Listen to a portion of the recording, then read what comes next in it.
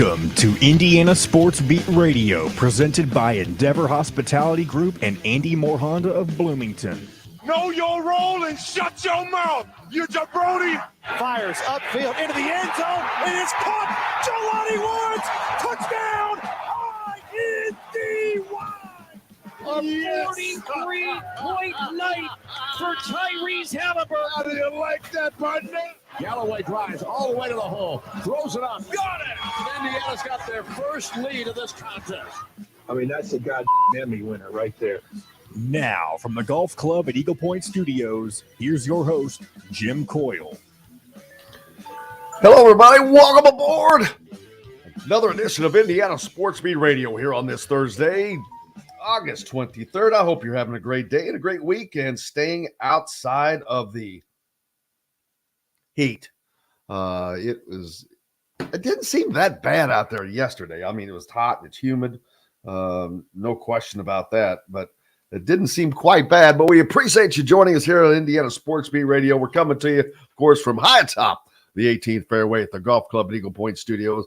And we'll be talking about a great deal they have for students coming up right now. But don't forget, Indiana Sports Beat Radio, powered by Andy Moore Honda. Make sure you go to andymoorehonda.com to get more to your door and the best in new and used vehicles always. And the great family of restaurants of the Wow Food Group in and around the Bloomington and Bedford areas. Great places like the Rusty Gator. Rusty Gator Fork and Ale with a great Cajun cuisine. Just go on their website and look at the food there. It's incredible. But it's a menu. These are all menus you can't get anywhere else. This Southern Cajun cuisine, nobody that I know of offers it. No place where you can get some loaded voodoo fries or tater tots. What else they got? Oh, the steak tacos, a grouper tacos. Just all some good stuff. But we got a lot of great stuff to talk about here on the program today as well. Dylan Sinn will join us from the Fort Wayne Journal-Gazette. Rick Bozich, the Hall of Famer for USBA Writer Hall of Famer, will join us as well from WWDRB.com. Lots to talk about. We'll talk about the Week 0 games. And don't forget the College Pick'em. We'll bring that back up and give you an opportunity to make sure you sign up for there. I know several people did there yesterday. The New York Knicks are suing the Toronto Raptors. I meant to talk about this yesterday, but I forgot. Indiana basketball heading to Atlantis. How many of you are planning to go to the Bahamas? They went to the Bahamas a couple years ago for an exhibition game. And I didn't go because I didn't have my passport up to date. You have to have a passport to go to the Bahamas, man. So there's that. We'll be talking to Tom Allen later today. So there's that as well. How's everybody doing? Appreciate everybody hitting us up early and often on the Andy Moore Honda hotline. Fred, jumping on from Easton, Pennsylvania.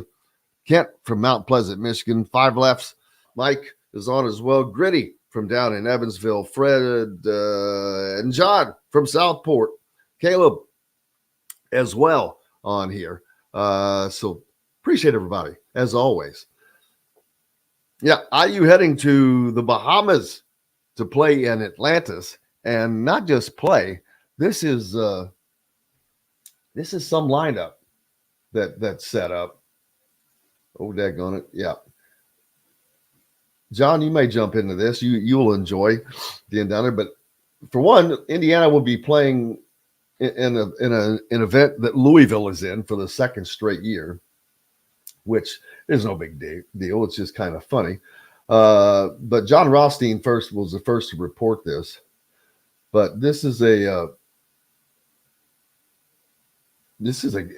great matchup. You've got Arizona.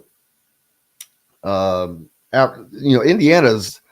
You want to talk about upgrading your out of conference schedule? Yeah, Indiana has definitely done that. They were kind of getting nailed for having a weak schedule before, as you recall, but now that has changed. Arizona, Gonzaga, Davidson, Louisville, Indiana. Am I missing anybody, John? They also have Creighton, West Virginia, and Oklahoma listed. Holy cow. So it's Creighton, the same size Creighton's field a as top the five. Maui Well, it's not Invitational. Yeah, but it's not the size. This is Creighton was a top 5 team, man. Oh, yeah. Who else?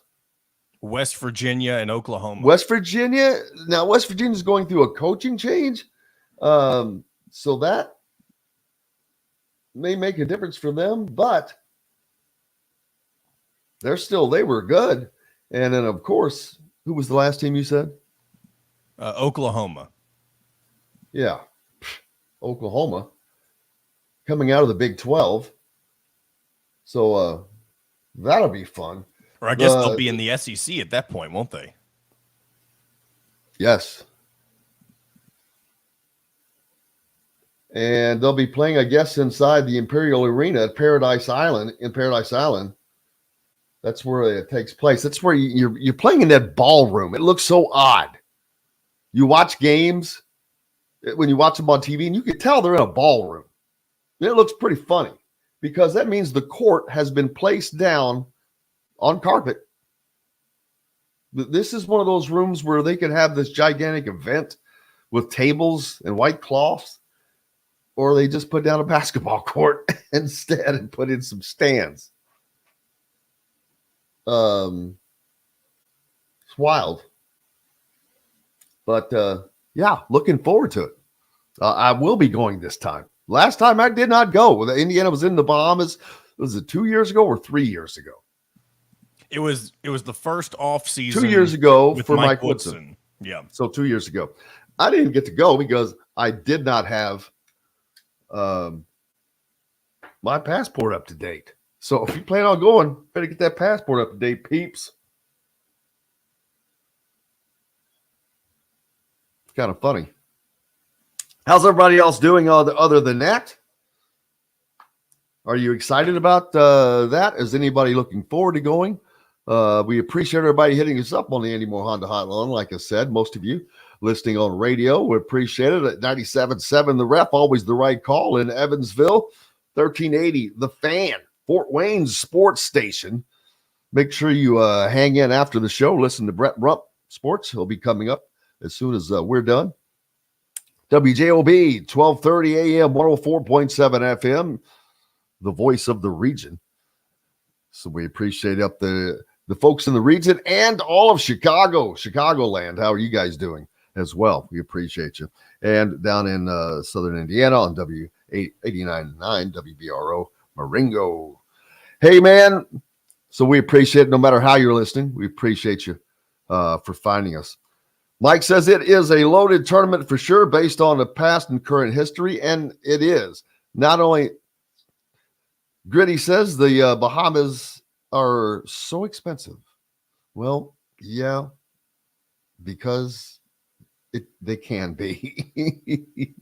Yeah, Robert, we don't want to talk about the Archie years. I only refer to that as the dark times for IU. I call that the dark times. I've just nicknamed it the dark times. It's easier than saying something else that comes to my mind, things that come to my mind when I think of Archie Miller. Man, talk about everybody is so mad at Kelvin Sampson. You shouldn't be mad at Kelvin Sampson. You should be pissed at Archie Miller. Kelvin Sampson was trying to win. All he was doing was trying to win.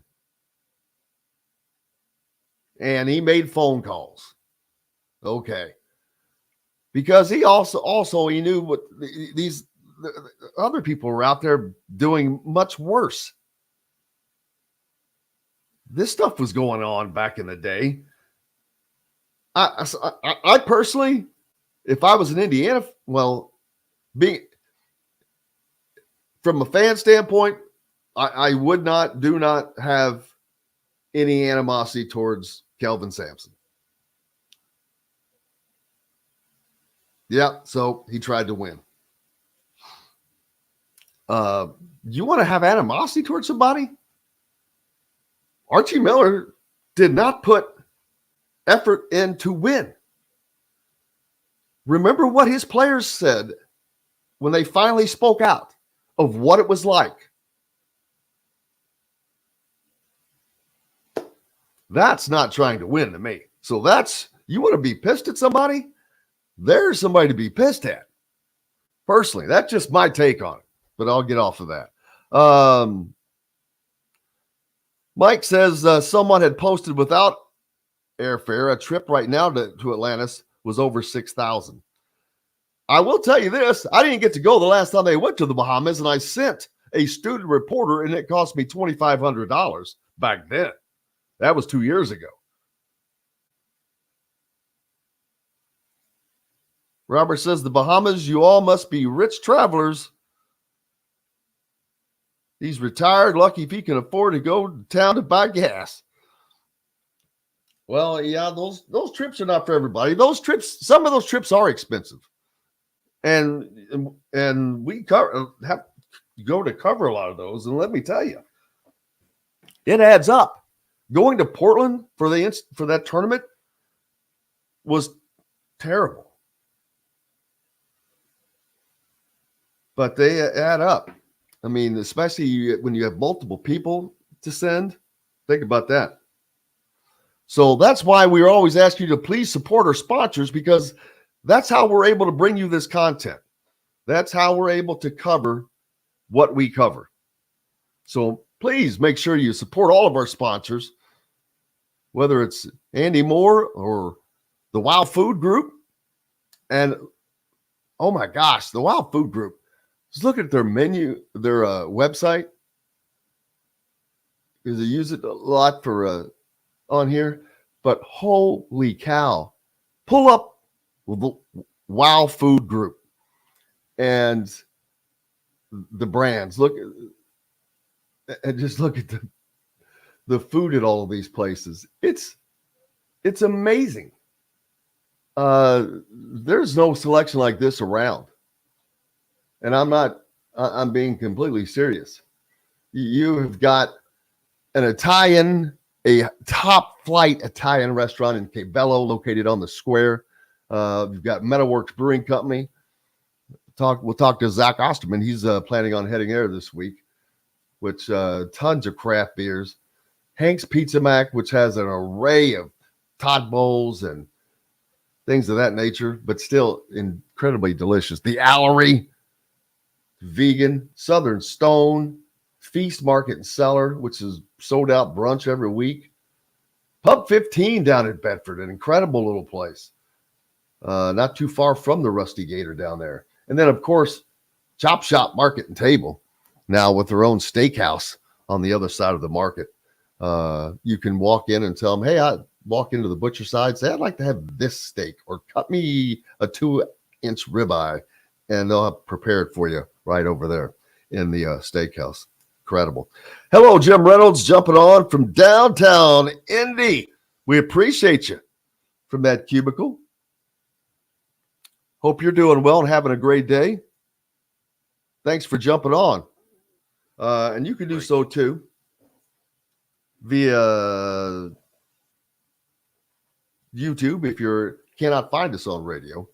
We've got to take a break right now. Dylan Sinn's going to join us next from the Fort Wayne Journal-Gazette.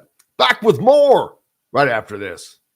We'll be right back to the Golf Club at Eagle Point Studios for more Indiana Sports Beat Radio with Jim Coyle, presented by Endeavor Hospitality Group and Andy Moore Honda of Bloomington. If you're in the market,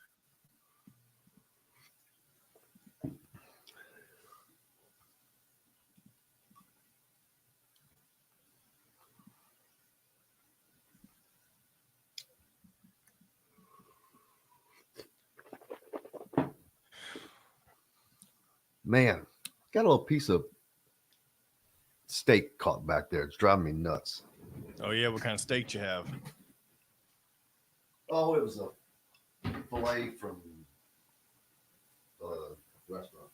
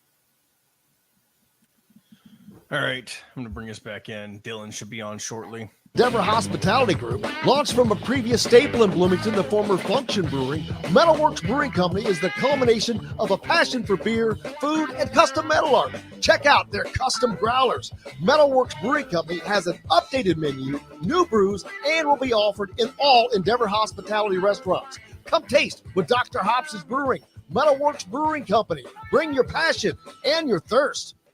This segment is brought to you by Southern Stone Restaurant.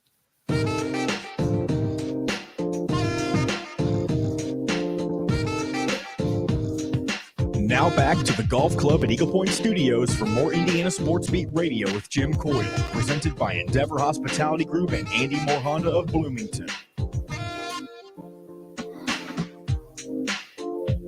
Welcome back on this Thursday. I hope you're having a good one. Jim Coyle with you as always here at the desk. It's coming to you from the Golf Club at Eagle Point Studios. And speaking of which, they have a hell of a deal going on right now for all students, but welcoming back, of course, the Golf Club at Eagle Point is in Bloomington, just actually south of Bloomington at Lake Monroe, but considered Bloomington.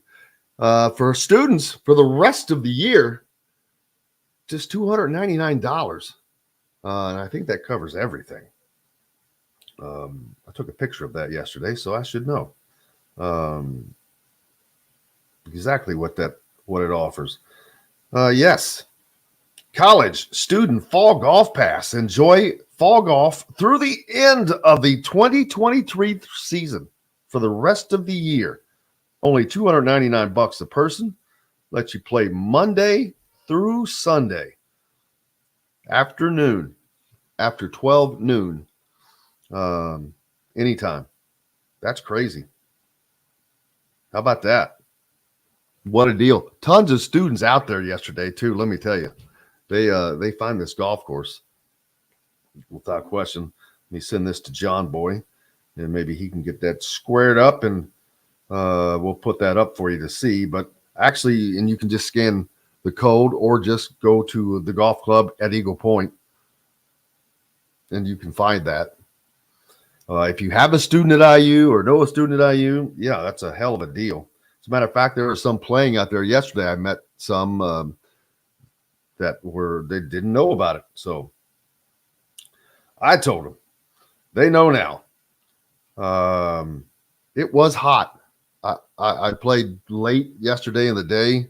We were going to play 9, but I just regripped my entire set of clubs with jumbo grips. I'm not sure what that's about, but it made such a difference. Man, such a difference. So I didn't want to stop. I was playing as well as I played that I recall. So I mentioned earlier, this is kind of funny, and I just want to talk about it because the New York Knicks have sued the Toronto Raptors and several members of that organization, including a former Knicks employee, for allegedly stealing proprietary information. This is according to Ian Begley of Sports New York. I think I may have talked about this yesterday, but this alleges that the former employee, Ikechukwu Ezutam, illegally took thousands of proprietary files with him to his new position with the Raptors. According to the report, the material taken includes a prep book for the 22-23 season, play frequency reports, and video scouting files. Well, it'll be a lot of handy information.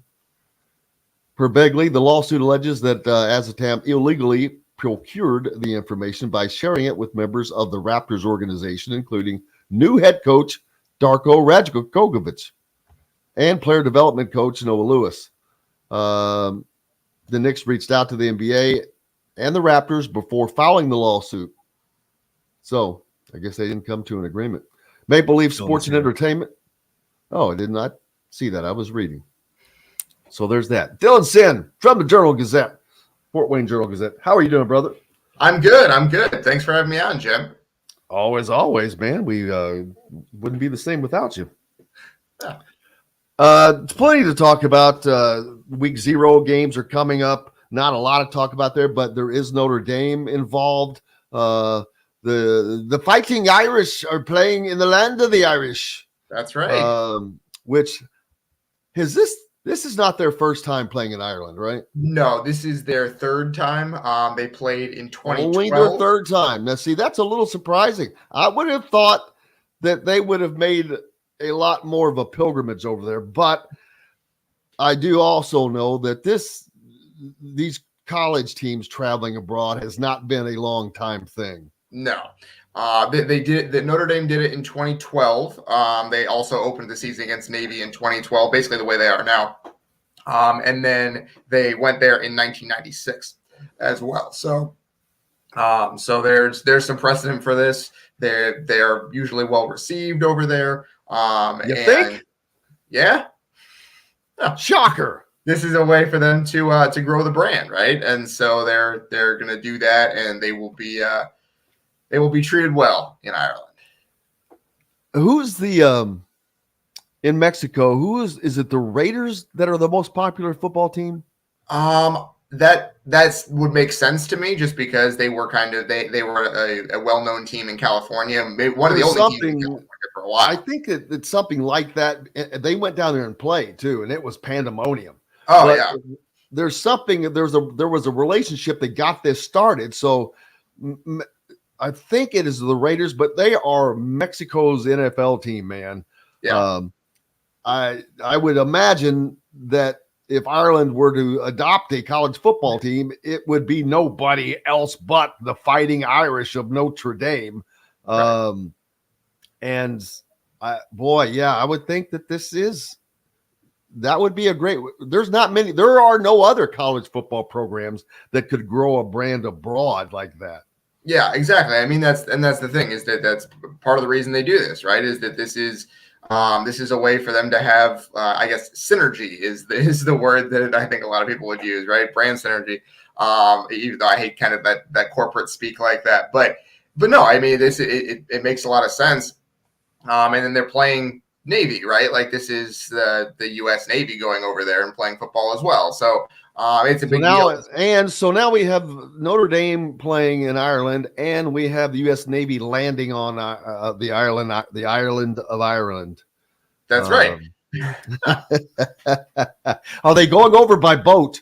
That you think they would, right? But no, they are actually flying. They are going through the air. So that would make a cool arrival. Everybody up on the deck of a carrier. Whoa. Big ship come rolling in. All the football, they play the basketball games up there on those things. So why not? That's right. You set up a gridiron on there, put some turf on, and have some fun. I think that would be a blast. Maybe we should look into that. Jamie has a question that everybody asks a lot. How much longer can Notre Dame remain in independent football? They are passing on a lot of cash. They don't think that they're passing on a lot of cash right now, but they actually are, because the Big Ten is only going to get more valuable with the additions of Washington, Oregon, USC, and UCLA. That is going to, in and of itself, bump the value.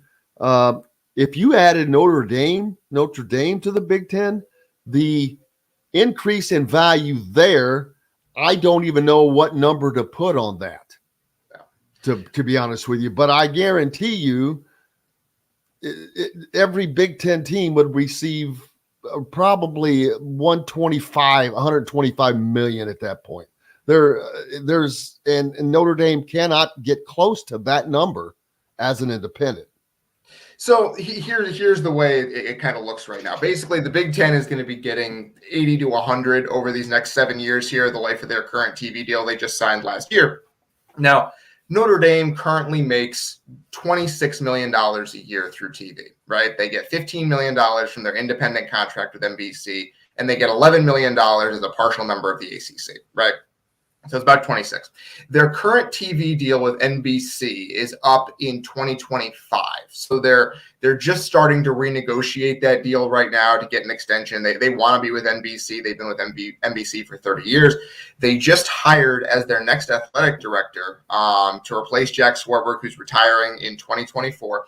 They hired Pete Bebequad, who is a Notre Dame alum, but probably more importantly, is the former head of NBC Sports. He is an NBC executive, and he is going to lead them in the negotiations with NBC probably this next summer when he officially takes over as the athletic director. And so Notre Dame is looking to NBC for somewhere around probably $60 or $70 million a year, right? That's a huge, huge raise from what they're getting now. And so it's fair to ask, I think, and I've thought for a while, whether NBC is willing to pony up for that, right?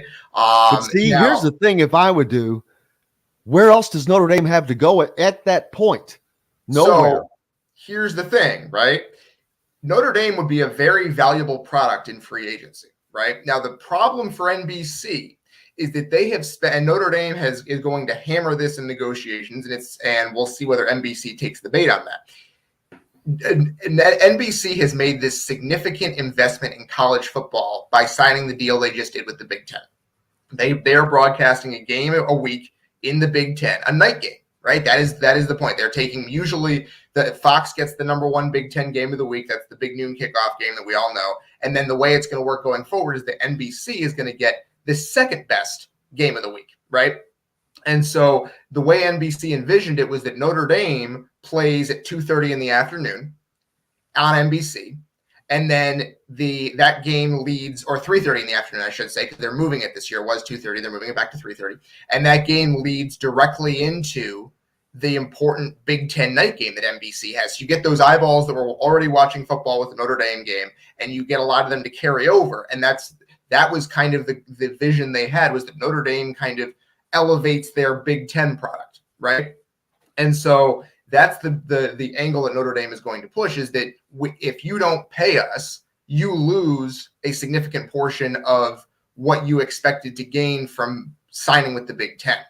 And so we are worth the money because we're also helping the other games that you have be more valuable. And so that's the area Notre Dame is going to push in. Now, my thing is, and I've said this for a while as well, is that NBC is incentivized for Notre Dame to join the Big Ten, right? I was writing that down as you said that. The next thing to talk about is there a possibility of NBC joining talks or having talks with Notre Dame about them joining the Big Ten? Yes. To tell them to say this would be much more lucrative for you. Right. I think that is a distinct possibility. I think that NBC's plan will probably try to put the screws to Notre Dame and say, hey, we can't give you the amount of money that you're asking for as an independent. We can't give you that. What we can give you is a huge portion of money from our deal with the Big Ten. If you join the Big Ten, and they might throw in a kicker where they still get exclusive rights to NBC games for a certain amount of time, and maybe that's the sweetener that allows Notre Dame to save face and join a conference, right? Because they're able to say, well, we get an exclusive television contract. If NBC gets Notre Dame to join the Big Ten, they can work a deal with the Big Ten to say, we get Notre Dame's games. Right. I think that is. And I would and that's exactly what I would do. And if the Big Ten has, they go, sure, we're all in. You can have them. Yeah. I think that is a distinct possibility. Now, if you were Michigan or Ohio State or Penn State or USC, you might be a little bit upset that Notre Dame is getting this special treatment because, well... Ohio State would be upset because somebody is getting special treatment? Exactly, no. Right? But that's the thing, is that the presidents of the league, the presidents of the conference have to approve any kind of deal that brings Notre Dame in, right? And so Ohio State and Michigan are not going to have veto power, but they're going to have some power to kind of make the deal go the other way and make it not quite as friendly to Notre Dame. So Notre Dame has said for a long time, they know that they are leaving money on the table by being independent. They think, and they have thought this for many years, that the value to their brand of being independent is worth getting somewhat less money in TV. Now, the problem is there is no value to being an independent. That's the problem now. But, well, they think that there is. They've thought that there is for a long time. And so they're a rich school, quite frankly. They have a lot of money. The TV money is important to them, but it is not, they're not going to wither and die without the TV money, right? And so the issue becomes, right now they're a little bit behind. The issue becomes if they are way behind. And if they don't get NBC to pony up for a huge raise, then they're going to be way behind. And I think that's when you start to see, all right, we want to be a national championship level program more than we want to be independent. Right now, those things have not really been mutually exclusive. I think they might be if NBC decides to play hardball. I think that's probably where we're headed.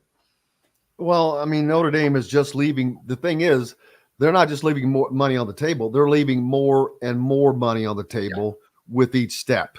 And you just said the key words, falling behind. That's exactly what Florida State knows is happening because they're a member of the ACC, which Notre Dame is a partial member of the ACC, a quasi member. They're also a quasi member of the Big Ten. Their hockey program plays in the Big Ten.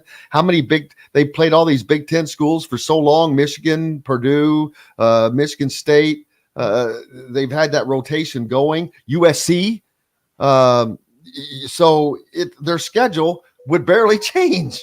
And they still have the ability to the other 3 games, they can play whoever the hell they want. Yeah. So their schedule wouldn't change that much, only it would just be upgraded.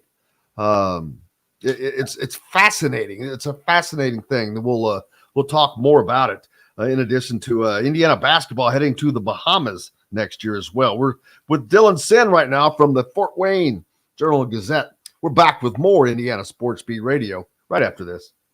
We'll be right back to the Golf Club at Eagle Point Studios for more Indiana Sports Beat Radio with Jim Coyle, presented by Endeavor Hospitality Group and Andy Moore Honda of Bloomington. That's a fascinating thing. It's a hugely, I think it's an extremely interesting subject. I think that the way this plays out over the next couple of years is going to be incredibly fascinating. And yeah, I mean, the difference between Notre Dame and Florida State is that Notre Dame has money outside of the TV, right? Notre Dame is Notre Dame. Now, are they locked into the ACC's grant of rights? They're not locked into the ACC's grant of rights the way Florida State is, but they would have to pay a penalty because they have a contract with the ACC where it says if you join a conference, it has to be the ACC for football. They'd have to pay a financial penalty to get out of that. It would not be. Do you know what that penalty is? I don't know off the top of my head. I don't think it's public, just because Notre Dame is a private institution. But it's not the kind of from what we understand, it is not the kind of life-altering, completely insane, probably like 20 million or something like that, right? So Notre Dame usually doesn't do things that hurts themselves, right? Exactly. So that they would have to get over. That would be another hurdle they would have to get over. Is how much do we have to pay to get out of that? Yeah, maybe the Big Ten sweetens that as well. But you make that back the first year. You do, yeah, absolutely. And that's what, like I said, so much of it depends on what this next NBC deal brings. And that's why hiring the athletic director they did shows that they understand that, first of all. And second of all, shows that this is going to be an incredibly high stakes negotiation that is probably going to play out over the next 18 months here, and just really could go any number of ways. I think the parties want some fairly mutually exclusive things, and I think NBC has the leverage, quite frankly. Well, that's good to hear, actually.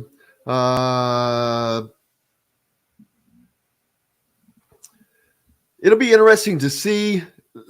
Notre Dame has held out, but the fascination with being independent is no longer, I don't get it, because what does it get them now? What is in today's college landscape? What are they getting? They're having to put their other teams in multiple different conferences.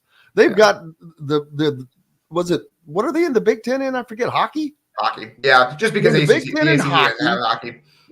Right. The ACC does not, or they do have soccer, so they got that. but they're in what other conference are they in? It's just the ACC and the Big Ten. Yeah, because the only reason they play Big Ten hockey is because the ACC doesn't really do hockey. So there's Boston College does, obviously. But All right, but here we go, guys. yeah. 10 seconds. And enjoy healthy eating with stocked meals in your fridge. Order online today at thefreshfork.com. Fresh Fork is a proud partner of WOW Network. This segment is brought to you by Remax Advanced Realty, Indie Home Pros team by Cheryl Sizemore.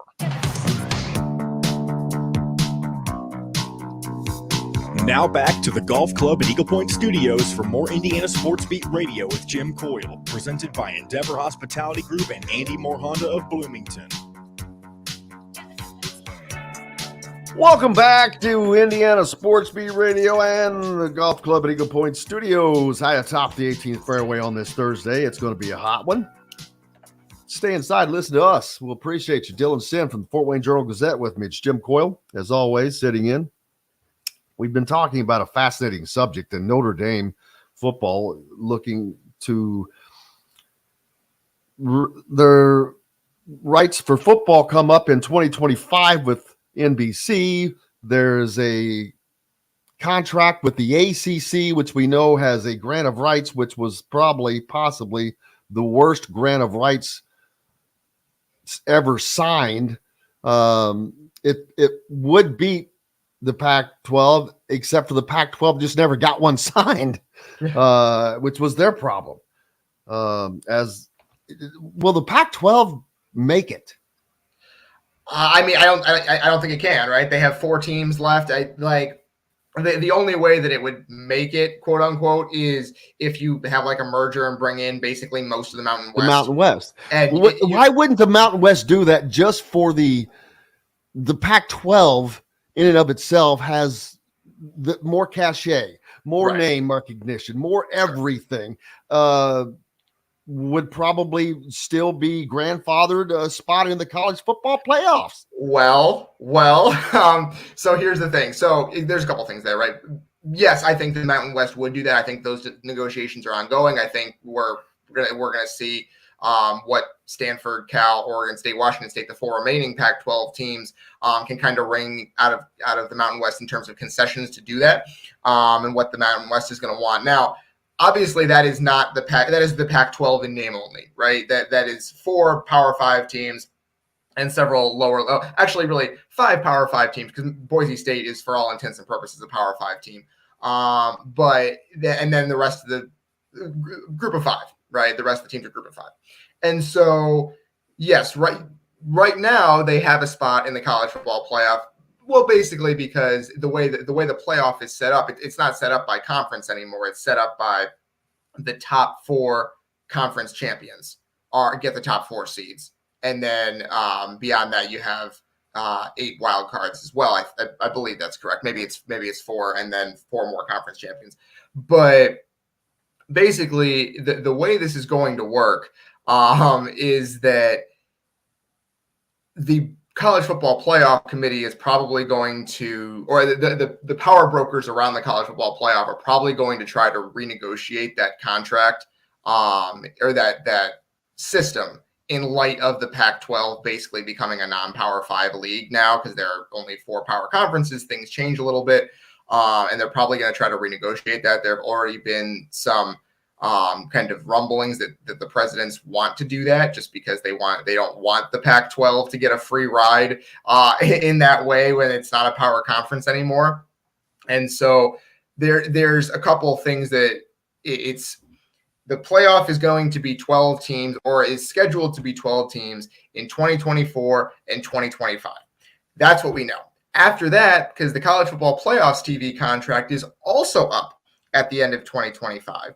And they are going to go into a negotiation where right now the entire playoff is going to be on ESPN. They want to have a negotiation where they split the playoff games in between different networks: ESPN, CBS, NBC, ABC, and that's going to necessitate a rethink of what the playoff is going to look like again. So we have a new playoff format coming in 2024 that might only last for 2 years. Right. Or it might not last at all if they try to renegotiate it here before that even starts. And so basically what's happened is that this Pac-12 dissolution, or moving on by another name only, is kind of throwing all of what we thought about the playoff into flux, as it was already being thrown into flux by the impending TV contract negotiation. So it's totally unclear what happens now. I think they're going to probably try to renegotiate and change the format that they spent years working on, probably try to tweak it again just a little bit to make sure the Pac-12 isn't, as you said, grandfathered in. I don't think the other conferences want that. I think they want to say, hey, you're not a power conference anymore. We're not going to treat you like one. Now, is that fair of them? No, but that's they already agreed to this. But sometimes the situation changes and you need to make changes to what you're doing. Yeah, and it kind of goes back though, because where they were appeasing the smaller schools, the oh my gosh, the group of 5 schools. Yeah, be kind of like that. Not really different, I think, but I wonder, with only 12 spots, that's only 6 games, and not to do math for everybody, which I know everyone can do simple math. Well, that is indeed 11 games, Jim. well, who's not playing if there's 12 teams? So basically, the way the format, I double checked this. So the way the format works is you have you have 12 teams. The top 4 are going to get a first round bye, right? I did not realize that there were buys involved. Yeah, so that you get the top 4 getting first round buys. It's not the top 4 teams in the college football playoff rankings. It is the top 4 conference champions in the college football playoff rankings get the first round buys. But there are no top 4 conferences anymore. That's the problem. There's still 4 big conferences. There's still the Big Ten, SEC. The Big 12 is fine. It's fine, right? It's the still Big 12, of course, is. The ACC's not. I mean, the ACC for now is. The ACC stinks, though. They have Clemson.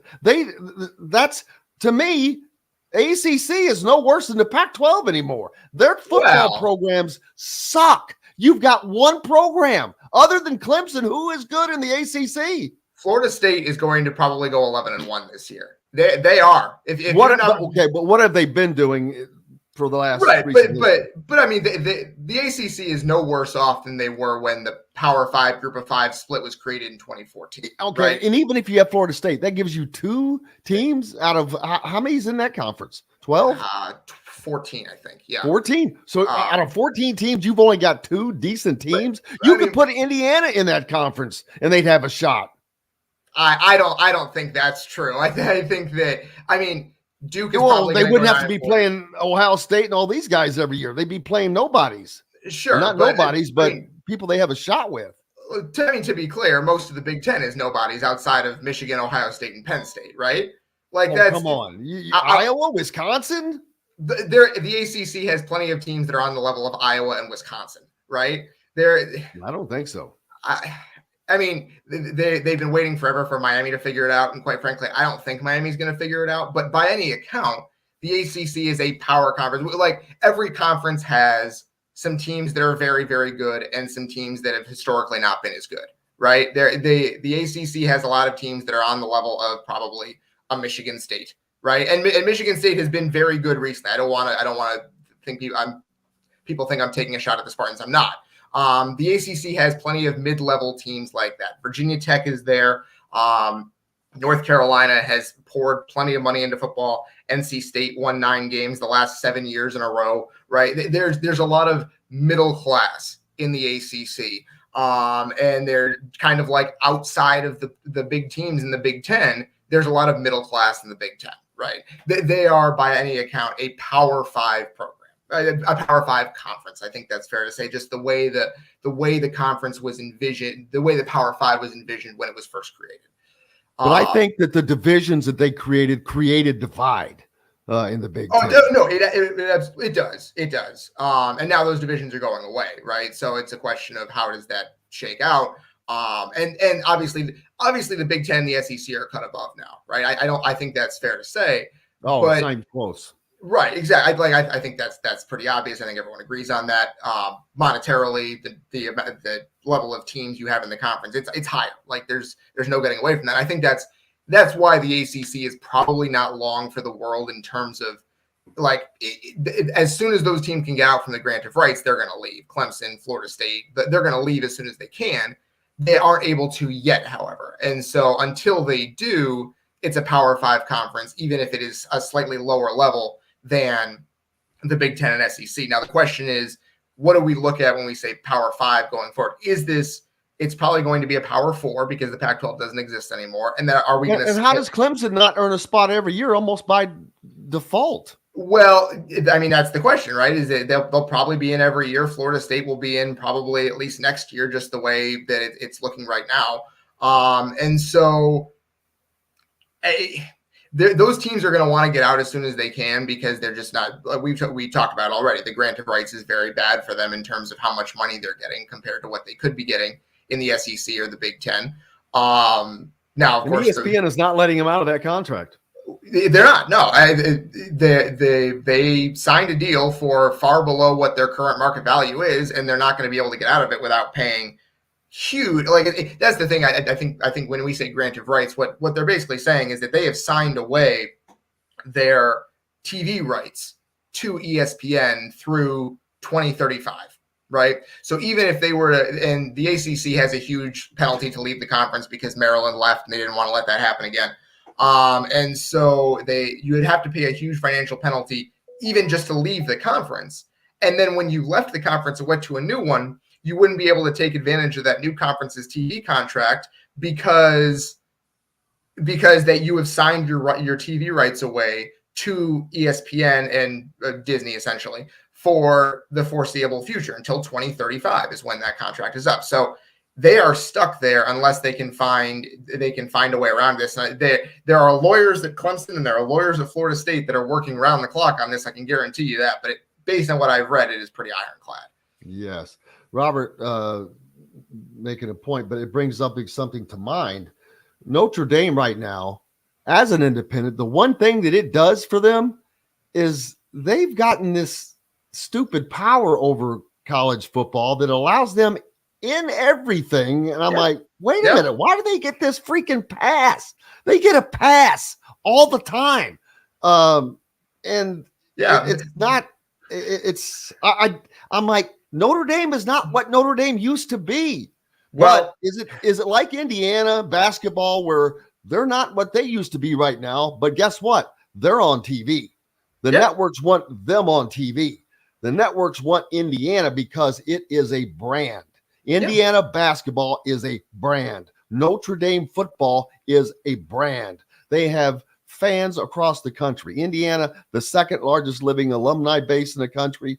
Notre Dame, of course, you go back to the old days of everybody listening on radio, yada, yada, out of Chicago, and it just grows from there. So I get that. But that's the one thing I can see Notre Dame fighting to joining the Big Ten is that they give this up the minute they do that. And that's the only independent grab that I see. And it is a big one because they would be guaranteed nothing now in a conference that would have Ohio State, Penn State, Michigan, USC, UCLA, yada, yada, yada. But are you only allowed a certain amount of teams in? I don't think so. No. So basically, the way the current playoff structure is set up is that you have the top four conference champions are the top four seeds in the playoff. Then you have the other 8 teams are the 5th and 6th ranked conference champions. Those are 2 of the other teams, and 6 wild cards. Right. So there's no limit to how many teams you can get. Theoretically, you could get as many as 7. Right.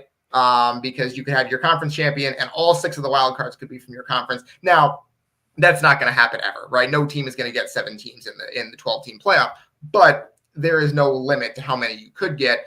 Now the question becomes, because basically the way it worked was that the setup makes it so that the top 6 conference champions, the top 6 ranked conference champions, get automatic bids to the playoff. That was the setup. That means the top, in most years, the Power 5 conference champions would get an automatic bid, and there would be one automatic bid for a Group of 5 conference champion. Now, obviously, there is at least one fewer Power 5 conference champion, and so you might want to rethink that, because there are there 2 Group of 5 conference champions in a given year that deserve to be in the college football playoff in terms of just being one of the top 12 teams? Probably not. And so you might want to change that format, maybe make it 7 wild cards and the top 5 conference champions, essentially. That would be something that they'll probably discuss here going forward. Think about this. If this had been happening in 2020, Indiana could have been a part of the college football playoffs. I think Indiana would have been a part of the college football playoff in 2020. And that's what I'm saying. That's what, first of all, getting rid of those divisions does.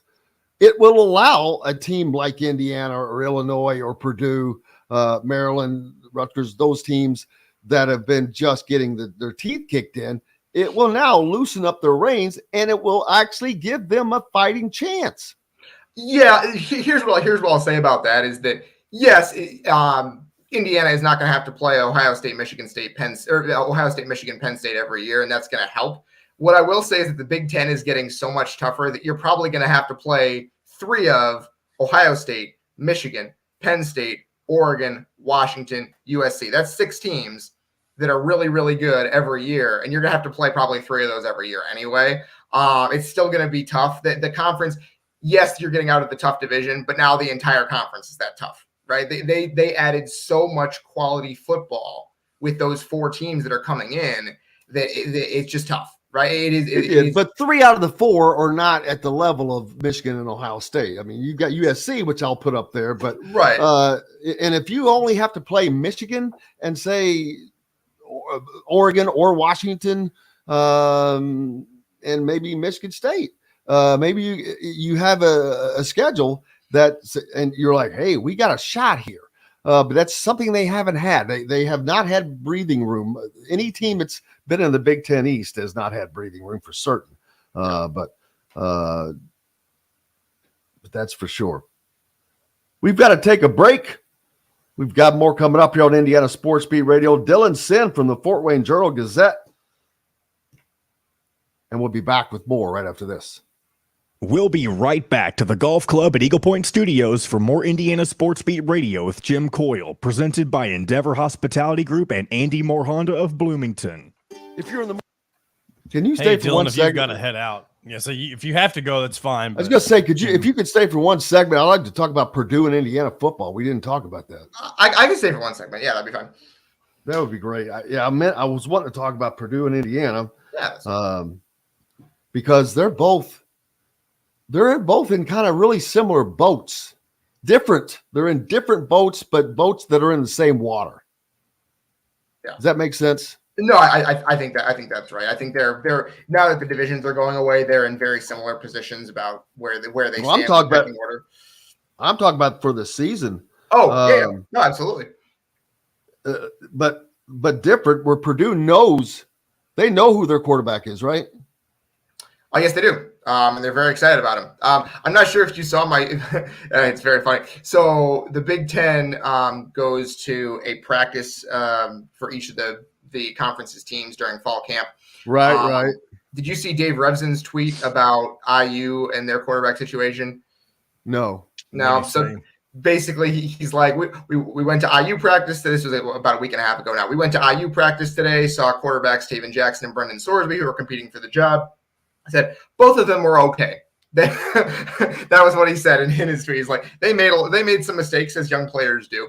And then 3 days later, they go to West Lafayette for Purdue practice. And he's like, Hudson Card, the Texas transfer, is Purdue's quarterback. He said, Hudson Card was extraordinarily impressive, has a chance to be one of the better quarterbacks in the entire Big Ten this year. So that's not good to hear. It's not good. It's not good. At least from IU's perspective. Plus, they're going to be running. I was talking about this yesterday. The Mike Leach air raid, baby. Okay, so not completely, not completely. Graham Harrell is a Mike Leach tree guy. He played for Mike Leach at Texas Tech. He was the quarterback there. He doesn't run kind of the pure uncut air raid that Leach ran. Actually, very few people outside of Leach ran the air raid anymore the way that Leach envisioned it originally. There's been a lot of iteration on it over the years.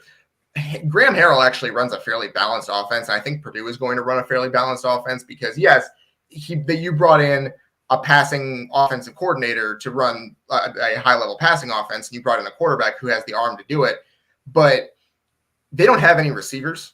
They don't have anyone on that team who has been a high-level receiver in the past. They've had guys who have contributed. We can talk about this, but here we go, guys. 20 seconds.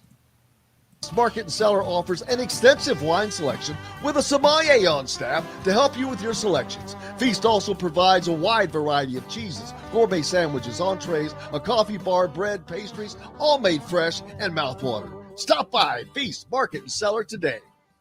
This segment is brought to you by Feast Market and Cellar.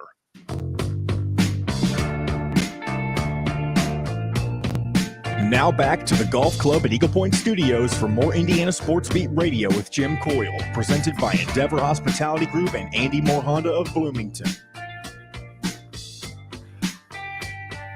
Welcome back on Thursday. No, it's not Thursday, is it? Is it Thursday already? It is Wednesday. Wednesday, yeah. I don't know why I wrote that down. Wednesday. John, you let me say that earlier. I didn't let you say anything. You said it on your own. I didn't know you said You it. didn't correct me. You didn't correct me. I'm not responsible for your day remembering. Whatever I understand that. No one's responsible for my mind. It's crazy. Welcome back, Indiana Sports Beat Radio, coming to you from high atop the 18th fairway at the Golf Club at Eagle Point Studios on this Wednesday. Appreciate you being with us. Everyone hitting us up on the Andy Moore Honda hotline as well. You can do so if you're following us on YouTube. Make sure you hit the subscribe and notifications toggle if you are, and doing so because you can't find us outside of the great radio stations we're on, like 1380 The Fan in Fort Wayne, WJOB and the region, and the Ref in Evansville, and WBRO in Marengo. Dylan Sinn from the Fort Wayne Journal-Gazette with us right now. Dylan, Jason asked, if Taven Jackson isn't the starter, well, this is a swing and a miss by Allen. I don't understand that question, because you bring in a guy that doesn't. I don't think that means anything if he's not the starter. That just means that you had somebody who worked harder to beat him out. Right. I think that I understand what he's saying, which is that Allen went after Taven Jackson as when they knew going into the offseason they were going to need a transfer portal quarterback, and he went hard after Taven Jackson.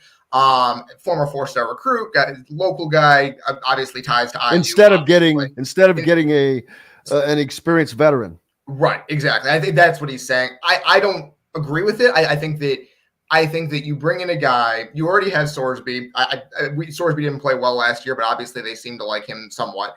You bring in a guy in Taven Jackson who is going to be able to mature with your program, right? He is a guy who's going to be here for several years at least, you would think.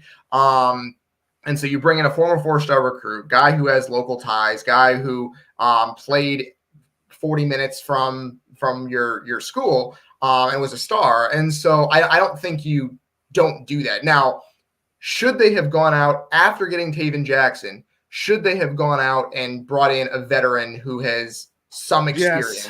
Just in case. I think yes. I think it was the miss was not doing that, right? And now I understand if you're Tom Allen and you just got Taven Jackson, and you said, let's be honest here, they probably told him that he was going to be at least the presumptive starter going into camp.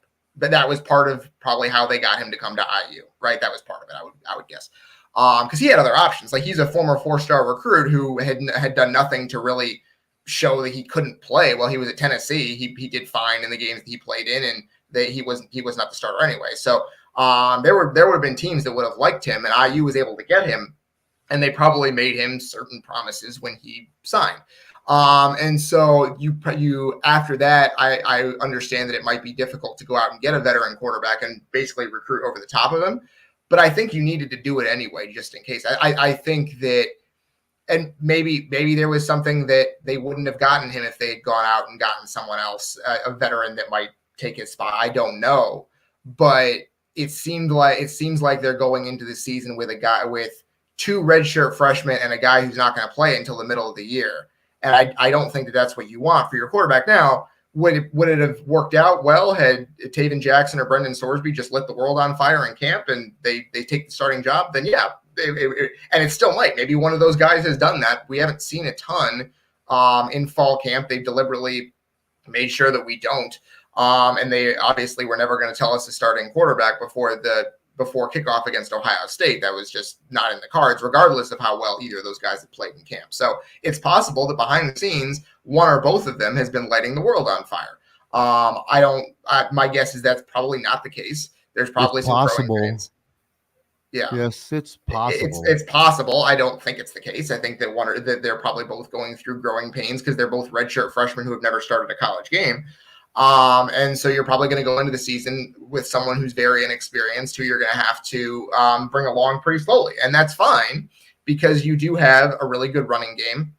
Now, you also have some good receivers. You'd like to be able to make use of them. And so they're going to have to find ways, regardless of who the quarterback is. I do think it will be Taven Jackson. I don't think they're going to start Brendan Sorsby unless he's been so much better that it would be ridiculous not to. And I doubt that's the case.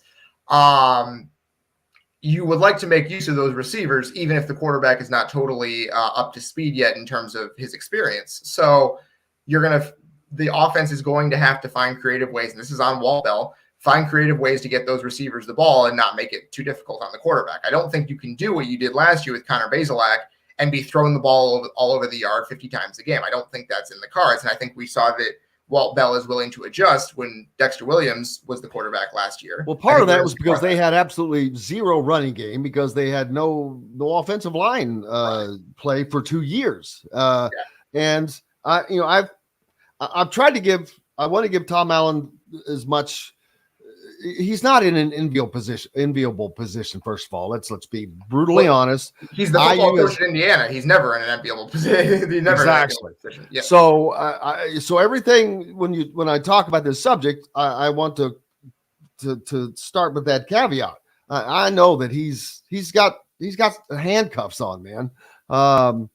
But there are also decisions that he does get to make. And he has made some that I think were really, really bad over a couple of years. It's not been a lot, but it's been a couple, but they have been really bad.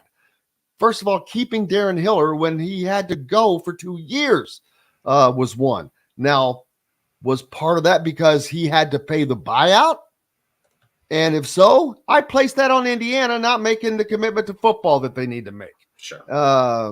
But regardless, he needed to go. He had to make that happen. He had to put the football program first, and that didn't happen in that regard. Why? I don't know. And so I can't say, but that didn't happen. When Kalen DeBoer left, God dang it, that was the worst move, putting Nick Sheridan in that spot. Too many, I tweeted this out. There have been too many loyalty hires. No, actually, this was, I did a piece for the Purdue rivals reached out to me and I answered some questions and they asked, one of them was about Tom Allen. I said, well, some of them have been out of his control and some of them have been decisions he's made. And this is one of them. Nick Sheridan, I was like, really? At that time, that the offensive coordinator spot in Indiana was red hot. Oh, man. It was basically what Washington is right now. That's what Indiana had. And instead of going out and getting the hottest offensive coordinator that there was right now, what do? You loyalty, you buddy hire. And what happened? Right in the dumps. And you can go back and listen to this show the day that hire happened. And I just... that was, to me, that it's not as worse than the Ron or Hiller deal, but it was because that should not have happened. It just simply should not have happened. He was worried about losing him if he didn't move him up, or who cares? Replace him. You think there's not 10, 15 people looking for that job right now? Yes. The job is to be the best for the program. And those were just critical mistakes to me. And then bouncing back and forth from calling defense, not calling defense. I think that's been a problem. And I don't think there's a lot of offensive knowledge there. And I think that hurts. Most college teams the head coaches are more offensive minded than defensively minded, and they have a defensive guy for that. That's not the case here. And I think that hurts Indiana as well offensively. They need to be something that other people aren't because they don't have the talent other people do. So that's my take on that. Yeah, I mean, they have tried to be something. Last year was an attempt to be something that other people aren't, right? They brought in Walt Bell and basically tried to run what we saw earlier with the air raid. They basically tried to become an air raid team overnight. Now, it didn't work because the offensive line was so bad, to your point, right? Like I have maintained, and I will maintain going forward, Connor Bazelak can play a little bit. He can play quarterback. There was at least 2 or 3 throws every game. He won games. He won the final ending of the Illinois game. There was another game. It was like, wow, what the hell? Where has this been all night? Right. He played. There were 2 or 3 throws, drives every game where he looked like a very, very good quarterback, and he was just never given a chance because the line was so bad. And in part because he's not a perfect player, right? He made mistakes, obviously, but the line was just so bad that the way they wanted to play was just not feasible. You couldn't drop back 55 times a game. Why do you think Indiana lost 3 top quarterbacks in the last couple of years? Exactly. Like they keep getting these guys hurt. Now, I think the original sin is Sheridan, and if you want to be as generous to Tom Allen as you possibly can, it's possible that he was worried about losing Sheridan in part because he thought that Sheridan had done a good job developing Penix, and he was worried that losing him would cause A, Penix to transfer, or B, Penix to regress and have to go with a new quarterbacks coach. He wanted some continuity there. If you want to be as generous to Tom Allen as you possibly can, I can see it from that perspective. I do think you're right. I think you make the move when you do, and you hire in 2019. You hire someone after Kalen DeBoer leaves before the 2020 season. You hire someone who find the next Kalen DeBoer. You do. I think, and that's the thing is he found Kalen DeBoer in the first place. He found Kane Womack in the first place. Those were really good hires. Those were the 2 losses that just killed. Losing those 2 guys, the program went into the dump. He has to have great coordinators around him. Yeah, and I mean, I think any coach would have looked good with those guys being the coordinators. Those are Kalen DeBoer is one of the better coaches in the country right now. And Kane Womack is going. You could tell that.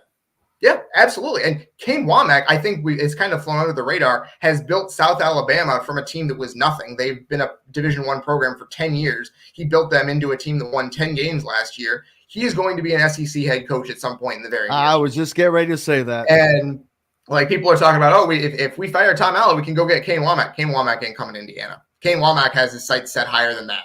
And DeBoer ain't coming back to Indiana. No. Only to win with Washington. Right. Like that's the thing is that some IU fans were thinking that, well, because IU is in the Big Ten and you can offer him so much more money, that Kalen DeBoer would come at some point. Well, first of all, no, because Washington is just a higher rung of job. That's just kind of the way he's already making more money. He's already making more money. And now Washington's in the Big Ten anyway, so it's a moot point. But yeah, Allen made very, very good coordinator hires at the beginning of his tenure. As it's gone on, it has not been quite as good. Now, I think Walt Bell has a chance to work out. I think that Walt Bell showed that he has something different to offer at the beginning of last season. And I also think he showed at the end of last season some flexibility to say, hey, I am not wedded to a certain system. When Dexter Williams went in the game, he did not say, we are going to throw the ball 50 times like we did with Connor Bazelak. I thought that showed some solid flexibility, and it showed that Walt Bell might be a good offensive coordinator for IU going forward. That now is Matt Guerrieri going to be the type of defensive coordinator that Indiana needs? Is Tom Allen going to let him spread his wings and call the plays. And he said he will. He has said that there will be no interference on his part, that it's going to be his game on game day to call. Does that remain true throughout the season? Is that something that Matt Guerrieri is up to? Is he that kind of guy?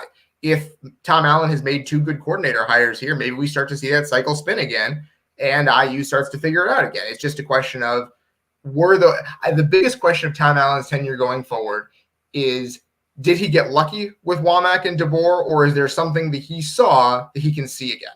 And I think that is the biggest question going forward. Absolutely. I do not disagree. Indiana with a quarterback race, of course. Dexter Williams is sneaking into this race because he is ahead of schedule in his rehab. Now, I can't imagine him getting back in time to start. He was projected midseason. Then Tom Allen told us, hey, maybe a few games before that. So what does that do to this offense? I don't know what kind of offense it's going to be. I don't know who's going to end up getting the quarterback job. And if he comes back, if Dexter Williams comes back healthy, then what do? Do they turn it into a 2-quarterback system? But when you do, he's a running quarterback. He virtually either can't throw the ball or is just not I don't know. The accuracy is not there the way you would hope it is. Yeah, I think it's fair to say. I mean, I will say, and I don't think I'm speaking out of turn here. Dexter Williams has looked relatively healthy in camp. We see him, and I don't think he has some limitations on him. He's not getting hit. None of the quarterbacks are. He might surprise some people. I think he's going to come back earlier than people think. I mean, Tom Allen has already said that he's ahead of schedule. I think that's fairly plain to see. I think the most likely scenario that I see is that Taven Jackson gets a couple games. Maybe he gets Ohio State and then maybe Indiana State and I believe Akron is after that. Maybe you give him those games. I'm sorry, it's Indiana State, Louisville, Akron. Maybe you give Taven Jackson those 4 games to show you whether he deserves to be the starter going forward. And why Taven Jackson instead of Brendan Sorsby? Because I think that you brought in Taven Jackson and you give him the first. That's why Indiana's in the problems that they're in. Okay, but loyalty stuff. With the caveat that if it's obvious it's Brendan Sorsby, then you go with Sorsby. I just don't think that it's between Jackson and Sorsby. From what we've seen, I don't see an obvious superior play. If they've decided Brendan Sorsby is the obviously superior one, fine, that's fine, go for it. If they're equal, the tie goes to Taven Jackson because he's the guy that you brought in and you want to be able to sell guys. And this is not a loyalty thing. It is, we're going to need to recruit in the transfer portal going forward. But if it's not the best guy and you can't win, that's what I'm saying. But you can't put yourself in that hole. You can't lose those non-con games. I'm not saying it, again. I'm saying if it's close, if you're splitting hairs. If you're splitting hairs, the tie goes to Taven Jackson. If Brendan Sorsby is obviously better, you go with Sorsby, fine. But I think if it's close, you go with Taven Jackson to start, and that's why I think it will be Taven Jackson, just because I think he gives you a little bit more in the run game. Not much, but a little bit. And I think that you brought in a guy who's a 4-star recruit who out of the transfer portal, you want to show recruits that you're going to give him a chance, right? And then you reassess. If it goes horribly again, it's probably going to go badly against Ohio State. Let's be honest, right? Of course. If it goes badly against Indiana State and it looks really rough against Indiana State, then maybe you reassess. But I think that you're in a problem. That's a whole other dish of problems there. But exactly. I understand what you're saying. It's bad deal, man. What's up next for you? I have a lot of Notre Dame preview stuff coming out this week because it is the first game. The first game of the season for Notre Dame is on Saturday. They're playing a week earlier than most other teams, so I will have week 0 in Ireland. That's right. I will have our entire Notre Dame preview will be coming out in the Journal-Gazette tomorrow, so look for that. Get on it, Dylan Sinn from the Fort Wayne Journal-Gazette.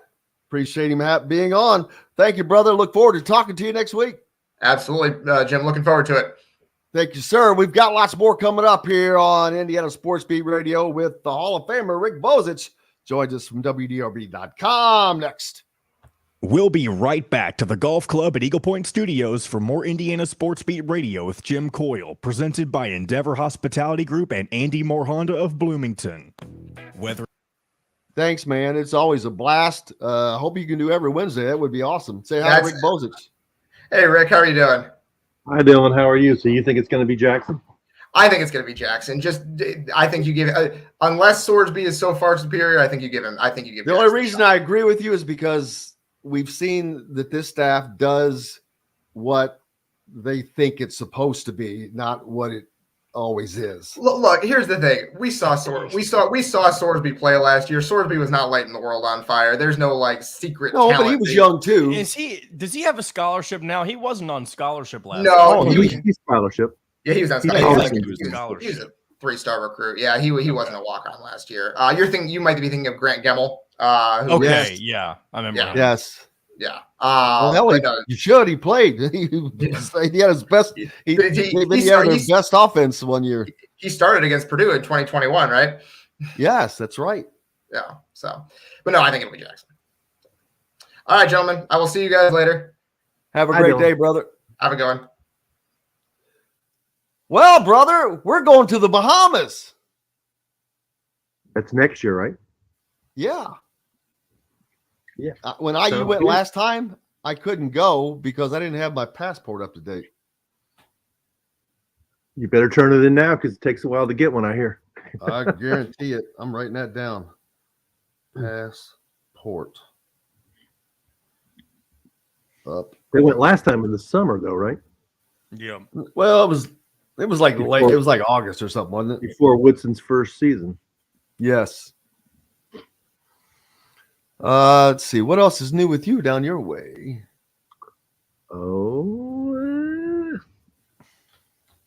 Same old stuff. Stoops was in town Monday to talk Kentucky football.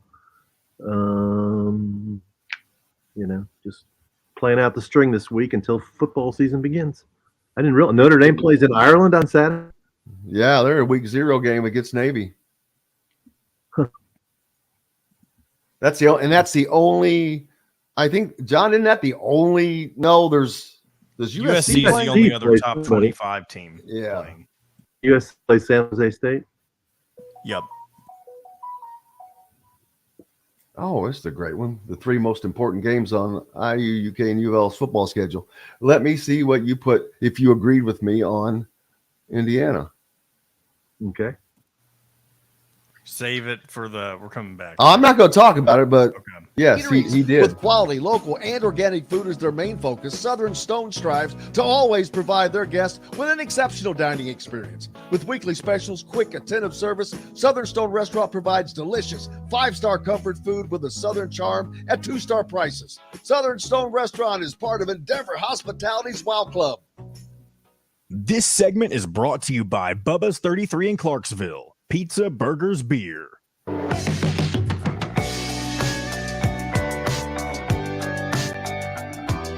Now back to the Golf Club at Eagle Point Studios for more Indiana Sports Beat Radio with Jim Coyle, presented by Endeavor Hospitality Group and Andy Moore Honda of Bloomington. Welcome back to the Golf Club at Eagle Point Studios on this Wednesday, joined by Rick Bozich now from WDRB.com. How are you, sir? The new bumper music. I like it, man. Sounds good. Oh, it changes. He changes it all around. He's always changing things. You can't.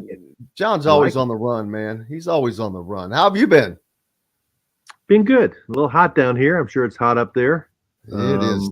Boy, it's like an oven. Some high school football teams down here are practicing at 6 a.m. Some are practicing at night. I saw announcement now that I think the Jeffersonville game for Friday's been moved to like Saturday because I think it might be a little cooler on Saturday. So, it's a little warm out there. Yeah, I do have to write it down. Like that's exactly me. If I don't, it doesn't happen. In the vault, man. It's in the vault. It's in the vault. Well, my vault's leaky. Brian asking, how did the Battle of the Bridges turn out? Did you see Trent Sisley play? I did not. When was that? I didn't. I think it was last weekend. I was not able to go. I really here, down here in Louisville, Jeffersonville, or what? I did not see it. Louisville. I'm sure.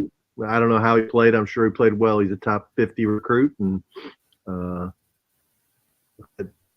Indiana's hard on him. Purdue's hard on him. Notre Dame's in real hard on him now recently, so it's going to be a tough battle for all three of them. This is one that I would say that if Indiana is in the driver's seat on him, personally, but that stuff changes. And his brother transferred to IU this year from Wright State. He had been a scholarship player at Evansville, and then he went to Wright State, and I think he's just a student at IU this year. I think I read that. I was going to say, because they just added 2 new walk-ons. Yeah, he's not a walk-on. That's surprising. I guess he doesn't want to play anymore. Maybe he doesn't want to do that thinking that his brother's coming. I don't know. I don't know him at all. I just know maybe he would. Or maybe he'll join when he does. We'll see. He played quite a bit, at Wright State and Evansville, because Wright State came in here and beat Louisville last year, and he played, like 10 or 15 minutes in the game. So it's a little surprising. I'm pretty sure I read that he's at IU just as a student. Huh. I meant to introduce you when you came on is Rick Bozich, the new general manager of the Chicago White Sox. I've been ready. That would probably be the best, and I'm not kidding. It would probably be the best move they could freaking make, because you're not a baseball mind. You're not into that culture that they get all caught up in. I think that sometimes they're not able to see outside of a bubble that they are forced to be in so much. I mean, I was so excited last night I couldn't fall asleep. I've been waiting for them to fire these guys. It's the best night of the White Sox season, isn't it? I've been waiting for them to fire these guys for a long time. They've had a long time to do their jobs, and they failed. And this was supposed to be, White Sox fans were promised this was going to be the prime year of contention, and they have the 3rd worst record in the major leagues, and they're on track to lose 100 games. So somebody had to pay the price. Well, the Reds are fading. They're dropping like a rock in the water too. So I blame their management team. All they had to do was make a trade or two to get another pitcher, but they did exactly. They did nothing at the trade deadline. They just sat holding there on all their prospects, like the family China, and might work in the long run. But I always look at it as you only get playoff opportunities. Don't come around every year. Nothing's guaranteed to you next year. Guys get hurt. Guys had years. So when you have a chance to make the White Sox are not trying to be moved to another city. That was just a negotiating tactic. They've used it before to get a new stadium, and they're trying to do it again. The American League's not going to out of Chicago. Are you kidding me? How can you even threaten that? We're going to move out of Chicago, the 3rd largest media market in the United States. Yeah, not happening. And they also did that to change the topic from how bad the team's playing. Yeah, of course. You need to follow Rick at WDRB.com. He always has great content up. His latest piece is, what are the 3 most important games for Indiana? He also includes Louisville and Kentucky. And I'll go through all of them, at least for the Louisville is at Georgia Tech on September the 1st, their very first game of the year. They've got a new coach with Jeff Brom, but I think he is way ahead of the game because he has his quarterback that he is extraordinarily familiar with, who is extraordinarily familiar with his offense. He's a veteran. He threw for freaking 3,000 yards last year and like 26 touchdowns. So that's what he's got at quarterback, when I don't know what Louisville has, but I know what Indiana has. And which means I don't know what they have. Let me tell you something that'll blow you away. Louisville has 9 quarterbacks, not on scholarship, all of them, but they have 9 quarterbacks. They have 3 backup quarterbacks that were 4-star recruits out of high school. 3. Jack Plummer was, I don't know if he was a 4-star or not. He's the starter who has experience in the Brom system. Then they've got 3 guys. They got a freshman, the kid Pierce Clarkson from Los Angeles, who was a 4-star recruit. They got Brady Allen, the kid from Southern Indiana who went to Purdue. He was a 4-star recruit. And they got another guy by the name of Harrison Bailey, who in the year, I don't know, maybe it was 2020, was the 3rd-ranked drop-back quarterback in the country. Went to Tennessee, played some as a freshman, fell out of favor after the coaching change, went to UNLV, and now he's transferred to Louisville. And I've heard he's looked good in camp. So they have 3 backups who were 4-star recruits. I mean, that's the way you do things. Yeah, well, when you have a coach like Jeff Brom, who they know that they can get great tutelage from, they know what he does offensively, what his offenses are like. That's a huge draw. I was talking about that a minute ago. Most coaches are offensively minded, but if you're not, if they're a defensively minded coach, they have a dynamic offensive coordinator. Indiana has failed in that regard. Their coach is obviously a defensively minded coach who doesn't seem to have a lot of offensive knowledge or experience. And when they lost Kalen DeBoer, they just have never replaced it with that dynamic offensive coordinator because they have had the athletes. Right now, they don't. They've got Taven Jackson and Brendan Sorsby, which are good, but they're not what you just talked about in Louisville. They're not 3 freaking 4-star backups. Yeah, I mean, my biggest question about Indiana was last year, the way they handled the whole situation. I know they went with Bozich, and we went into the season the same way we're going to this season, like playing the game of we're not going to tell you who the quarterback is. It's not. You mean like we did the year before that, and the year before that, and the year before that? With Bozich or Tuttle, right? But it ended up being the best quarterback was the one they played at the end. Like, why wouldn't they play him earlier? Dexter Williams. And last to run Walt Bell's system, you needed a quarterback who could run, especially with that offensive line.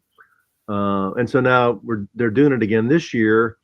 And I heard Dylan Sinn on before I went off. I've actually heard that the guy who is that Sorsby is actually a better runner than Taven Jackson. Really? Yeah, that's what I've heard in terms of being. I've heard he's definitely a better thrower. That he's got But so I don't know. And I know the whole discussion has even changed in the last few weeks of like Dexter Williams is ahead of schedule and yes, he won't be able to play by the middle of the year.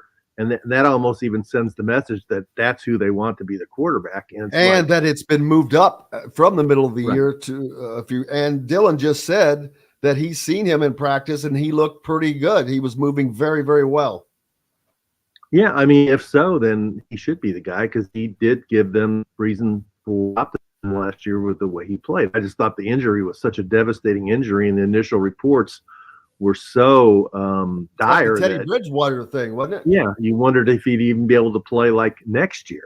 But anyway, they need to pick the quarterback that best fits the system they're going to run. That's what they need to do. And as you mentioned, the most important games, nobody's expecting them to beat Ohio State. Nobody's expecting the game to be close. You beat Indiana State, you better beat Indiana State. If you lose to Indiana State, then we got a whole nother discussion. And then the third game is Louisville in a neutral site. You're going against, a first-year coach just getting his program started. You're a seventh-year coach. You're in a game that you're trying to get out of the last 2 games of the series. And you're in an area that the other guy and his defensive coordinator, Mark Hagan, are going to come in and try to recruit the heck out of. To me, that's easily the most important game on Indiana's schedule. If they can win that game, then they're 2-1. They play Akron, which is terrible. Then they can get to 3-1 and get a chance to build a little excitement around the program again. But if you lose to Louisville, it's over. People are going to start grumbling again, I think. Well, not only that, I've said the same thing numerous times. This is the most important game on Indiana's schedule because if you lose this game, you virtually have no chance to make a bowl, become bowl eligible, because now you have to win 4 Big Ten games. Yes, and if you can just win your 3 non-con games, and then now you've got a shot because you play Maryland and you play Rutgers and you play Purdue, another first-year coach, Illinois, which that's going to be tough over at Illinois, and they're on the rise. Michigan State they could beat possibly at home. Michigan State is someone I expect to get a win over. So they have the opportunities with Rutgers, Maryland, Michigan State right there, and if you win your 3 non-con games. But they've got to beat Louisville. That is I've said it over and over, man, that is a linchpin game for their entire season. Will, and it's a big game too. I think for the overall perception of the program, right? You can't get blown out for sure. And secondly, you need the fans to show up. You're playing in Indianapolis, which is your turf. Louisville fans are going to come up there and support Jeff Brom. I guarantee you they are. And it's a bad look to go play a neutral site game that's, in your area if the other team brings more fans from 2 hours away than you do. And so there's a lot on the line for Indiana in that game. There really is. Absolutely. Week 0 coming up this week. It gets kicked off, college football season. I can't believe it. Only 7 games, I think. Notre Dame is playing in Ireland against the Navy. The Navy's landing in Ireland. I said they should all take a cruise ship or a carrier ship over there and just land a big carrier ship. Just dock it up against Ireland. But that'll be interesting to see. But speaking of Notre Dame and talking to Dylan, who gets to cover them, they're in talks right now with NBC because their contract ends in 2025. And now with NBC having Big Ten games, I could see NBC potentially becoming a benefactor of the Big Ten and telling Notre Dame, well, you want this amount of money, but we'll pay you this. But if you were in the Big Ten, you'd get this, which would be probably double. If Notre Dame was in the Big Ten, the numbers, it would have to double what they're getting right now, which they're hoping to get 70, I think, which means they're not going to get that. But if they were in the Big Ten along with these other teams, when that next media rights deal comes up, there's no way each team is not getting $125 million, which would more than double what they're currently getting and put them even further behind, which is what their reasoning is. Yeah, I agree with you. Notre Dame should be in the Big Ten. That's where they belong. They're, although they're in South Bend, they're big. To me, their biggest pocket of fans is in Chicago, which is the heart of the Big Ten, where the Big Ten offices are. I mean, they should be playing games. They used to always play Michigan. Now they don't play them anymore. They used to always play Michigan State. Now they don't play them anymore. They used to always play Purdue. They play them occasionally. They are playing Ohio State this year. For whatever reason, under their latest athletic director who's leaving after the season, Beck Swarbrick, they decided to do the ACC thing. Not really sure it's benefited them in basketball. They had a good run there with Mike Bray, but they kind of lost to Bojo. I know they view themselves as a national school, could fit any conference they want to, and they're in their own conference, the Notre Dame conference. But I agree with you that at some point they'll need to buckle under and join the Big Ten. It's where they belong. We've got to take a quick break. Rick Bozich from WDRB.com is with us. Been talking some college football, IU football. When we come back, IU basketball on the move. They'll be playing in the Bahamas next year. Talk about that and lots more right after this. We'll be right back to the Golf Club at Eagle Point Studios for more Indiana Sports Beat Radio with Jim Coyle, presented by Endeavor Hospitality Group and Andy Moore Honda of Bloomington. If you're in the market for a new, I assume you'll be up for the Ohio State game. No, I'm not coming to the Ohio State game because I'll be in Atlanta the night before. For what's going on there? Louisville plays Georgia Tech on Friday night in Atlanta. Oh, man, get in your Learjet and come up. This game's not till 3:30 Saturday afternoon. We're driving. We drive everywhere. Wheels up. Just get on Wheels Up, baby. Rick Bozich, I'll have Herb Street. Have Herb Street send me a plane. Wouldn't that be the baddest thing in the world to have that? Unbelievable. Like Vital. Vital always flies private. Mark Hagan. See, that's just a. What's that? Mark Hagan he's a force on Louisville staff. Oh, I know. That's in Indiana not having him. He's been there twice and left. Right? Hadn't he been? He was under Wilson and under Allen and left.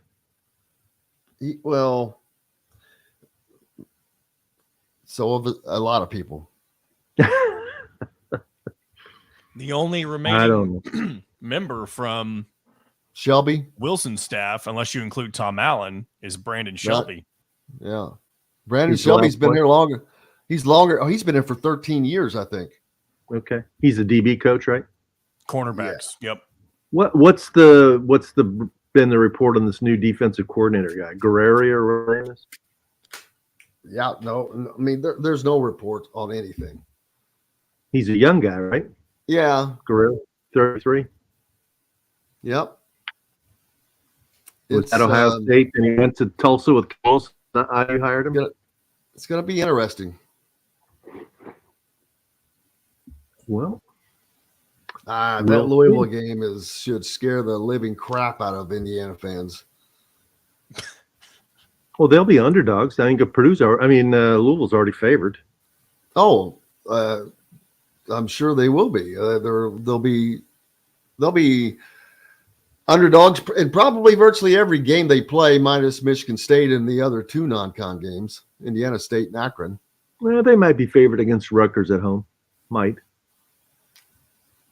We'll see how they're playing. It's just I have no idea. Owned and operated by Endeavor Hospitality Group, launched from a previous staple in Bloomington, the former Function Brewing, Metalworks Brewing Company is the culmination of a passion for beer, food, and custom metal art. Check out their custom growlers. Metalworks Brewing Company has an updated menu, new brews, and will be offered in all Endeavor Hospitality restaurants. Come taste what Dr. Hops is brewing. Metalworks Brewing Company. Bring your passion and your thirst. This segment is brought to you by K-Bello.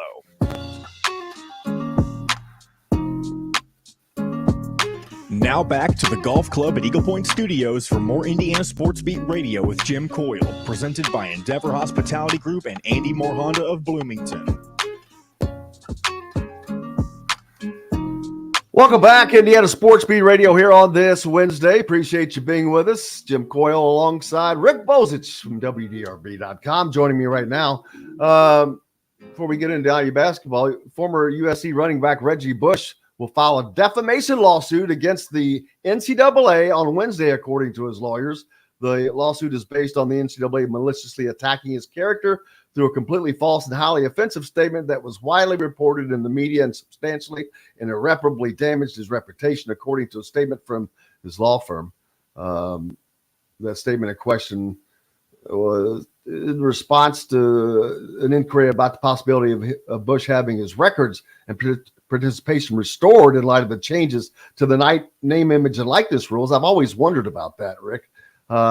They're not going to go back and fix a lot of this stuff, but he's one who he took it, one of the biggest hits. He lost the Heisman Trophy because of things that are commonplace right now. And is that fair? Should they go back and give him the Heisman Trophy?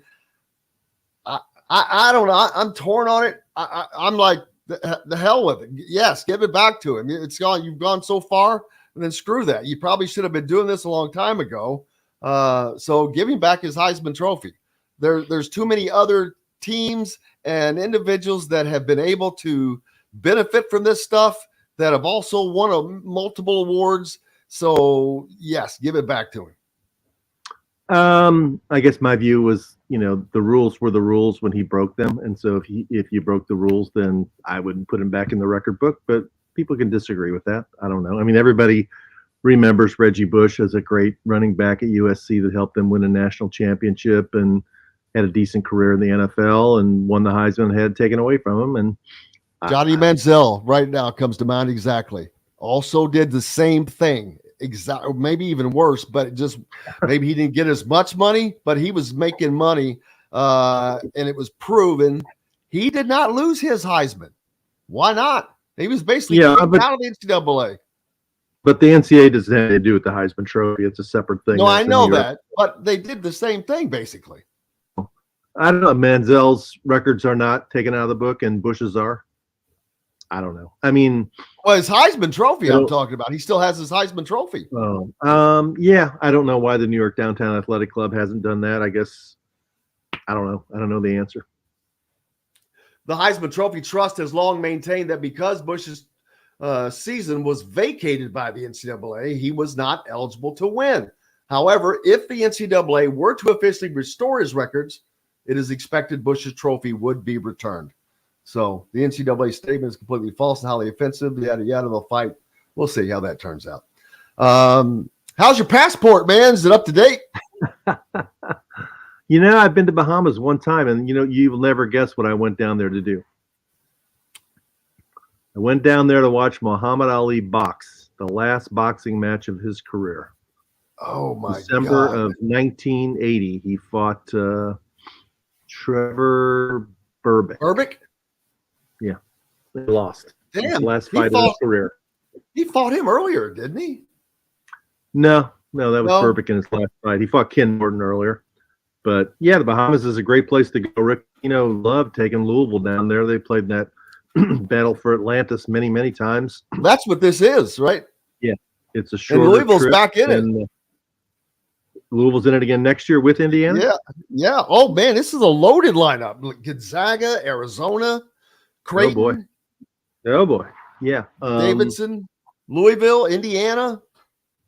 Well, then I do need to get my passport. I'm telling you, brother. Let's throw some money together and get that private plane going, buddy. I'll drive up to Bloomington. You know what? I agree with you.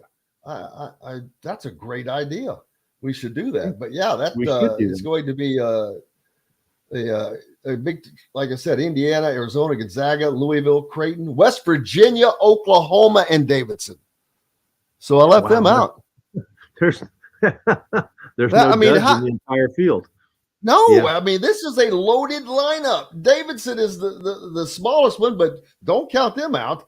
Oklahoma, of course, will be a member of the SEC then. West Virginia of the Big 12, Creighton from the Big East, Louisville from the ACC, Gonzaga from currently, are they in the Mountain West? West Coast Conference. Then Arizona, also from the Big 12 now. Big 12. So there you go. And then Indiana from the Big 10. So that's a great mix. You can be a good team and come home from there. You can be a good team and come home from there with 2 or 3 losses. Absolutely. Or you can go down there and really jumpstart a season. You can. Yeah. It's a very small venue though too. They play it's not like some big gym. It's a small venue. Yeah, very intimate.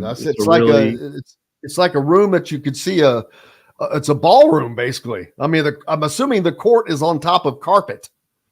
It's not like a gymnasium. Yeah, it's something it's a convention area or a conference area, something where they put the floor and seats and stuff around it. I mean, it's only like 2,000 or 3,000 people in there at the most. I mentioned earlier that Indiana is still such a brand that they're wanted. Their success sure helps. You're absolutely more wanted when you're better. And someone mentioned, Robert says he keeps hearing me say that IU basketball is in demand, but they don't get top primetime game slots anymore. Really, I disagree with that. I think that they are. I think that that's why they're in these events. That's why they're going to Madison Square Garden. That's why they're going to Atlanta. That's why they were in Las Vegas. They are a brand. Notre Dame has not been. I mean, they had a good season a while ago, but they haven't been great. But it's Notre Dame football. It's a brand that has been built over years, and Indiana needs to be better, no doubt, because the tarnish was definitely wearing off. But it's been kind of started to get. Mike Woodson's doing a good job of getting the polish back, getting the shine back. They've got to do some winning, and this year is going to be really tricky. I know fans are thinking a lot. I don't know what to expect from this team. Yeah, I mean, he's not scheduling like he's afraid. I mean, he's okay. We'll go down there and play Auburn closer to their campus in Atlanta. We'll do that. We'll go. He loves that Atlanta recruiting area. You got 2 guys on their team right now. Right. We'll sign a 2-year deal with Kansas. Kansas, I read yesterday, somebody's got a preseason number 1 for next season.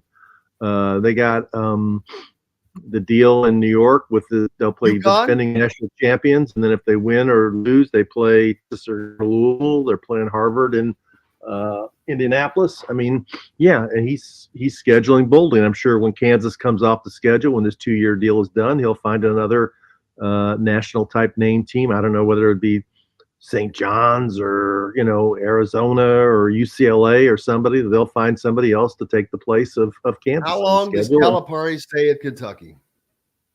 How long does he stay? Oh, he's going to stay for a while. Indiana needs to move on from that. Quit obsessing about Kentucky and play somebody else.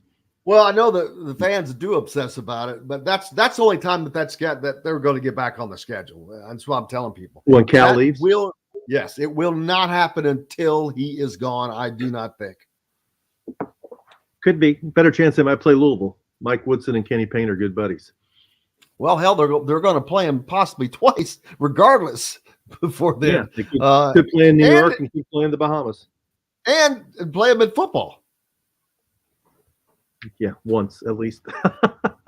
It's smarter about IU basketball. Having a hard time deciding how they're going to be next year because there's so many new faces. Exactly. I don't know.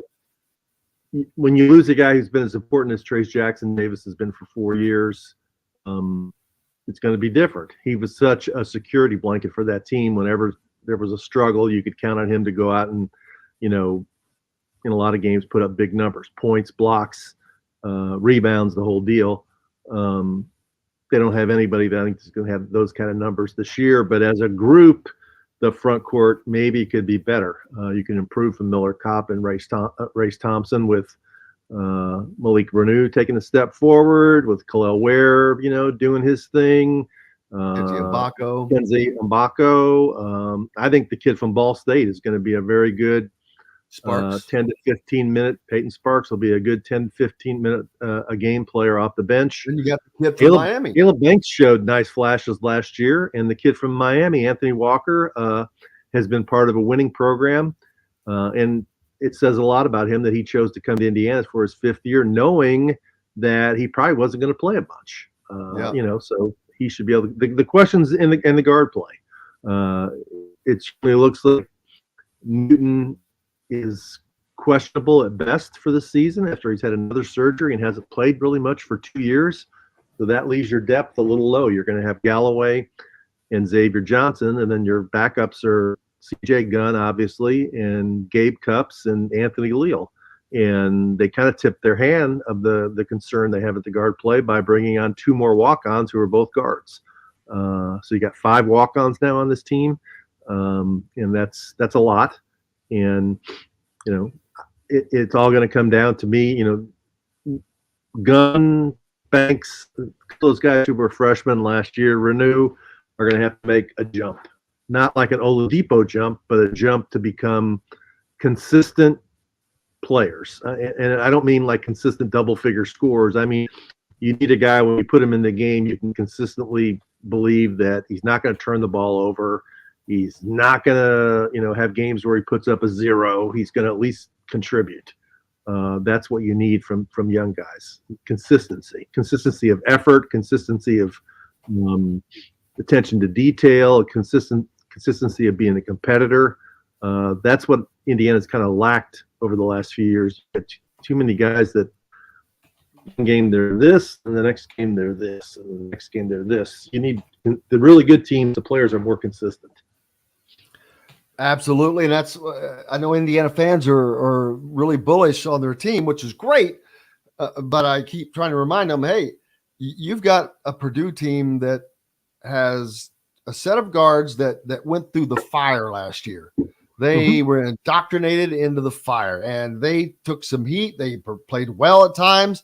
They got defended and shut down at times, but they have been playing and playing and playing and playing through that. They played over in Europe, and I got news for you.